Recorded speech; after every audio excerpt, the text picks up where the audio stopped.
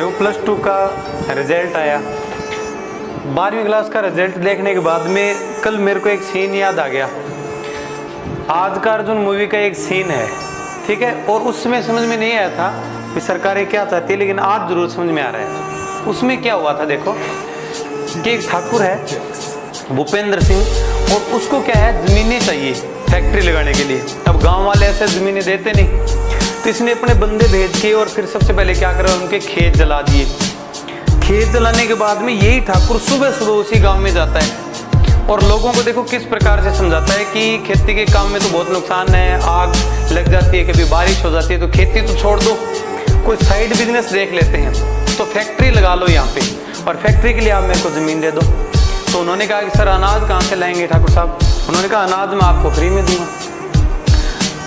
उन्होंने ज़मीनें दे दी इसको। अब इसके बाद में इसका एक बंदा, इनकी तो चाल है, ये वाला बंदा जो है ये पूछता है कि ठाकुर साहब कहो तो इनसे कागज पे अंगूठे के दस्तखत करवा लूं। तब ठाकुर क्या कहता है, वो जरूरी बात है। ठाकुर कहता है नहीं, पहले इनको हराम के खाने की आदत पड़ने दो। ये उस समय नहीं समझ में आया था मूवी का ये सीन, आज समझ में आ रहा है। ये जो पीछे अनाज की बोरियां उठा के जो जा रहे हैं ना खुशी से, ठीक है, जो अनाज भर भर के लेके जा रहे हैं और पूरे खुश होके जा रहे हैं, वाह ठाकुर साहब तो भगवान है, ठीक है।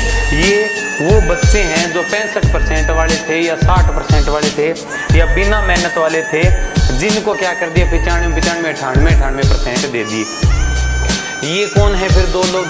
ये वो लोग हैं जो इसमें शामिल है कि इनको क्या करना है, बिना पढ़े ही नंबर दे दो, ठीक है, और बाद में क्या करेंगे। ये वो आदमी है जो बड़े बड़े कोचिंगों में, कोटा में, सिक्कर में, और जो क्या करेंगे परसेंट बेस पे 2.5 लाख रुपए में PMT IIT के लिए या बड़े बड़े डिप्लोमा के लिए आपसे क्या कर लेगा, पैसा ले लेगा, ठीक है। इसी प्रकार से क्या होगा, यही कुछ लोग हैं, लीडर भी लोग जो हैं वो ये चाहते हैं कि इस प्रकार की आदत पड़ जाए, तो बाद में ये लोग जिनको आता जाता कुछ है नहीं, पढ़ाई की नहीं है, सीधे सीधे इनको नंबर दे दिए।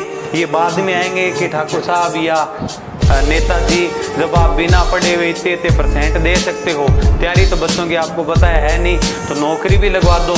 तो ये कहेंगे जब नंबर दिलवा सकते हैं तो नौकरी क्यों नहीं दिलवा सकते, लाओ 5 लाख, 10 लाख, 15 लाख लाओ।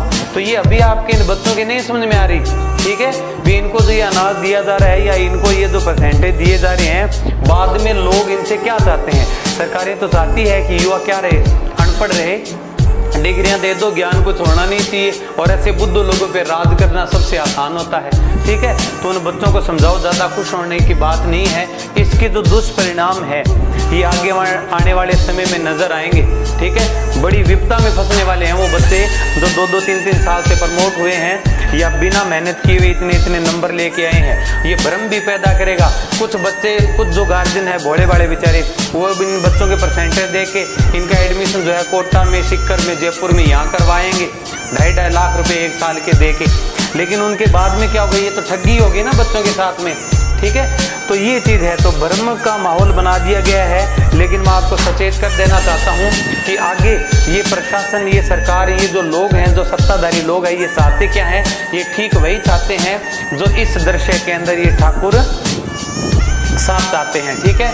तो ध्यान रखो, ये जो रिजल्ट आया है, ठीक है, इसके हिसाब से कहीं पे भी एडमिशन मत करवा देना, कोई भी ऐसा कोई कर्जा वगैरह मत उठा लेना, ठीक है। चलो ये बात बड़ी ज़रूरी थी, चलो इसमें आगे चलते हैं अपने। और सरकार की तो नीति क्या है, बहुत सारे प्रशासन या राज करने की एक नीति होती है, पहले तो इनसे बहुत सारा कुछ लूट लो और बाद में थोड़ा बहुत दे के इनके ऊपर क्या कर दो, एहसान कर दो। ये सरकारों की पॉलिसी हमेशा से रही है राज करने की।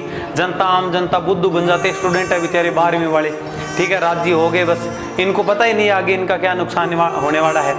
इन्हीं हालातों को देख के मेरे एक बात याद आ गई कि हुकूमतें आवाम पे ये एहसान करती है, हुकूमतें आवाम पे ये एहसान करती है, पहले आंखें छीनती है फिर चश्मे दान करती है, पहले आंखें छीनती है फिर चश्मे दान करती है।